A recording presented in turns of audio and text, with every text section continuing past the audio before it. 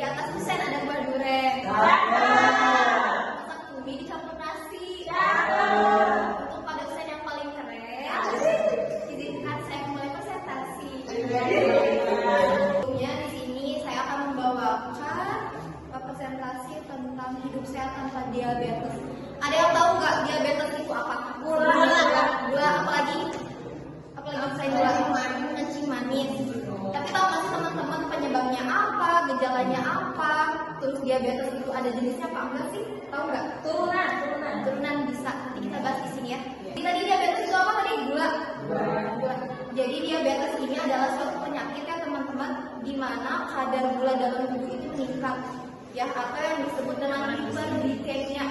Kadar gula dalam darahnya itu meningkat.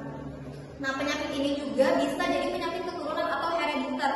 Ya, kalau misalnya orang tuanya punya penyakit gula, atau misalnya entah itu ibu atau ayahnya, kemungkinan besar anaknya atau keturunannya itu bisa bisa kena juga penyakit gula. Maksudnya nanti ada riwayat penyakit gulanya. Nah, di diabetes ini kenapa sih bisa menyebabkan gula darahnya itu tinggi? Jadi di dalam gula itu ada kadar insulin. Insulin itu apa? Ada tahu nggak insulin apa? Nah, insulin ini hormon yang diproduksi oleh organ pankreas, ya, oleh organ pankreas yang fungsinya apa? Fungsinya untuk menggunakan glukosa atau gula dalam makanan. Jadi nanti dia proses lagi untuk menjadi cadangan tenaga di otot dan di bagian saraf. Nah, penyakit ini juga benar tadi sering dikenal dengan istilah kencing manis atau gula. Kalau misalnya orang-orang zaman dulu atau misalnya orang tua itu biasanya bilangnya kencing manis, penyakit gula ya. Nah, di sini penyebabnya banyak. Penyebabnya itu tergantung sesuai sama jenisnya ya. Jadi jenis diabetes itu ada 3. Yang pertama diabetes tipe 1, yang kedua diabetes tipe 2, yang ketiga itu diabetes gestasional. Nah, diabetes tipe 1 itu apa? Diabetes tipe 1 ini di mana kondisi kekebalan tubuh ini udah nggak bisa menghasilkan si insulin tadi, ya.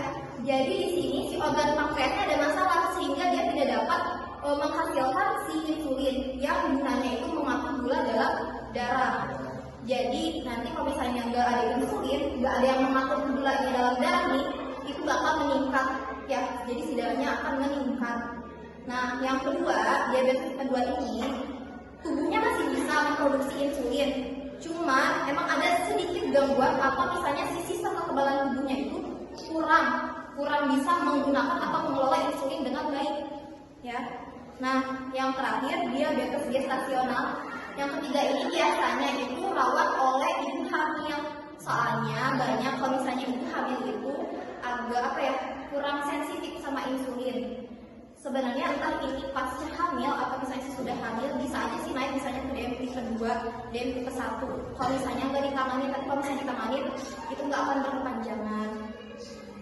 Ada yang tahu nggak nilai normalnya gula darah? Darah itu ada 2 ya, gula darah normal sama gula darah puasa. Kalau misalnya gula darah yang sewaktu itu yang normal itu kurang dari 200 mg per desiliter. Kalau misalnya di atas atau di bawah itu berarti kalau misalnya di atas dia hiperglikemia, kalau di bawah dia hipoglikemia atau kekurangan kadar gula dalam darahnya. Nah, kalau gula darah puasa biasanya kalau misalnya kalian di puasa terus dicek darah, nah itu normalnya itu kurang dari 126 mg per desiliter. Jadi sama aja kayak tadi yang sewaktu entah itu di atas atau di bawah, hiper atau hipo sama aja. Nah, gejalanya apa? Gejala yang misalnya nanti teman-teman alami kalau misalnya gejala diabetes itu puasa, biasanya kalau misalnya kalian di puasa terus dicek darah, nah itu normalnya itu kurang dari 126 mg per desiliter. Jadi sama aja kayak tadi yang sewaktu entah itu di atas atau di bawah, hiper atau hipo sama aja. Nah, gejalanya apa? Gejala yang misalnya nanti teman-teman alami kalau misalnya gejala diabetes mellitus, yang pertama itu yang sering terjadi itu sering buang air kecil tanpa misalnya tapi tanpa penyebab ya. Kalau misalnya kalian nggak minum, jarang minum, terus tiba-tiba beser air baik. Yang kedua, cepat lapar, ya, cepat lapar. Kalau misalnya ada yang cepat lapar, tapi kalau misalnya cepat laparnya ini ya, kalau misalnya abdominal cepat laparnya kayak baru makan, udah lapar lagi, makan lagi, terus baru makan, lapar lagi. Nah itu harus dicurigai apakah tanda-tanda diabetes. Terus cepat haus sampai pengen minum terus, itu juga wajib ditanda-tanya apakah ini gejala diabetes atau bukan. Ya. Gejala tambahan juga dari penurunan berat badan tanpa sebab, bukan diet ya, bukan penurunan berat badan, tapi karena kita diet bukan. Jadi tanpa sebab, gak ada sebab kita nggak lagi diet, gak ada program diet, tiba-tiba BB-nya turun drastis. Itu juga patut dicurigai atau diwaspadai. Terus yang kedua, penglihatan kabur. Penglihatan kabur di sini juga bukan karena kita punya diagnosa medis tersendiri ya, atau misalnya kita minus nih, kita penglihatan kabur diabetes, bukan. Tapi kalau misalnya kita penglihatan kabur terus tiba-tiba itu yang berjangka panjang harus juga kunang-kunang. Iya, bisa kunang-kunang juga bisa. Karena kalau misalnya kunang-kunang ya, kayaknya tempat takut nih kalau kunang-kunang itu kurang kadar gula dalam darahnya. Ya, gitu. Terus yang ketiga, cepat lelah. Enggak ya, kalau misalnya cepat lelah karena kerja mah mungkin semua orang juga ngerasain. Cuman ini kalau misalnya kita aktivitas dikit yang ringan aja, enggak yang berat-berat, itu biasanya kita suka cepat lelah. Nah, itu yang patut dicurigai. Nah, ini yang kayaknya ini paling umum ya, paling umum gejalanya. Ada yang luka, susah sembuhnya, susah keringnya. Diabetes itu beda. Kalau misalnya udah satu luka, itu lukanya itu susah kering, basah. Kalau misalnya dibiarin, nanti dia bakal nambah kedalamannya. Jadi bakal terus bertambah, bakal terus basah. Itu biasanya punya bau yang khas sekali teman-teman ya. Makanya kalau misalnya ada diabetes, misalnya ada orang yang diabetes, pernah lihat gak sih kayak maaf ya, ada luka tapi lukanya itu agak bau, kayak bau amis atau bau apa gitu. Karena itu dari lukanya. Nah, tuh. Nah, apa aja cara pencegahan diabetes mellitus? Yang pertama, melakukan aktivitas fisik. Kalau misalnya melakukan aktivitas fisik itu apa aja? Olahraga, mau main raket, mau renang, mau jogging, boleh, yang penting ada pergerakan fisik. Karena kalau diabetes mellitus itu ada juga yang penyebabnya itu karena obesitas, kegemukan. Karena obesitas kegemukan, nah itu bisa menjadi penyebab acuan diabetes mellitus. Terus yang kedua, makan makanan yang banyak serat, bukan yang tinggi gula tapi yang tinggi serat. Jadi harus imbang. Kalau misalnya kalian makanan tinggi gula, itu berpotensi kalian terkena diabetes. Siapa yang ketiga ya, harus mengontrol makanan, jangan terlalu sering makan junk food ya. Yang terakhir, teman-teman semua bisa cek rutin darah. Entah itu pas tes terdekat, puskesmas, mau kemana kek. Kalau misalnya yang gula kayak gitu kan gak ada yang tahu ya.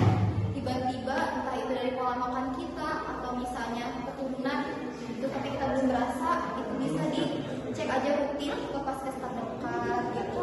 Sekarang tuh bukan orang tua doang tahu yang kena diabetes kayak gitu, tapi anak kecil juga ada yang kena diabetes.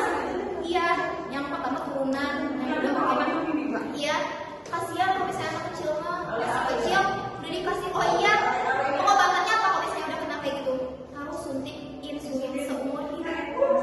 Itu yang lebih kasihan itu ya orang, sebenarnya semuanya juga kasihan kalau misalnya kena diabetes. Cuma yang lebih kasihan lagi itu anak kecil yang udah kena diabetes. Soalnya apa? Dia masih harus suntik insulin seumur hidup. Itu yang lebih kasihan itu ya orang, sebenarnya semuanya juga kasihan kalau misalnya kena diabetes. Cuma yang lebih kasihan lagi itu anak kecil yang udah kena diabetes. Soalnya apa? Dia masih kecil udah disuntik. Maksudnya suntik insulin itu gak boleh lepas ya. Jadi kalau diabetes itu belum ada iya, ada jadwalnya. Jadi ada jadwalnya. Biasanya sih sebelum makan, beberapa jam sebelum makan, kalian disuntik insulin dulu karena buat kontrol gula yang nanti dari makanan yang kita makan. Nah, karena kan kalau diabetes itu balik lagi ya, diabetes itu penyebabnya si insulinnya dia suka menghasilkan insulin. Ya, jadi insulinnya itu kita hasilkan dari suntikannya itu tadi. Jadi sebelum kita makan disuntikan dulu insulin. Untuk apa? Untuk mengontrol kadar gula dalam makanan. Kalau suntik insulin kayak gitu kan tidak masuk ke coveran BPJS ya teman-teman. Kayak kita kan beli, itu kan disuntiknya setiap hari, pasti kita kalau misalnya habis beli lagi. Itu juga lumayan biaya. Jadi harus sayangin untuk kalian yang teman-teman. Jadi dikurangi makanan manis-manisnya, cek rutin gula darah, nggak harus rutin juga tapi minimal lah sekali atau 2 kali dicek ya, sebulan sekali. Mungkin cukup sekian ya teman-teman.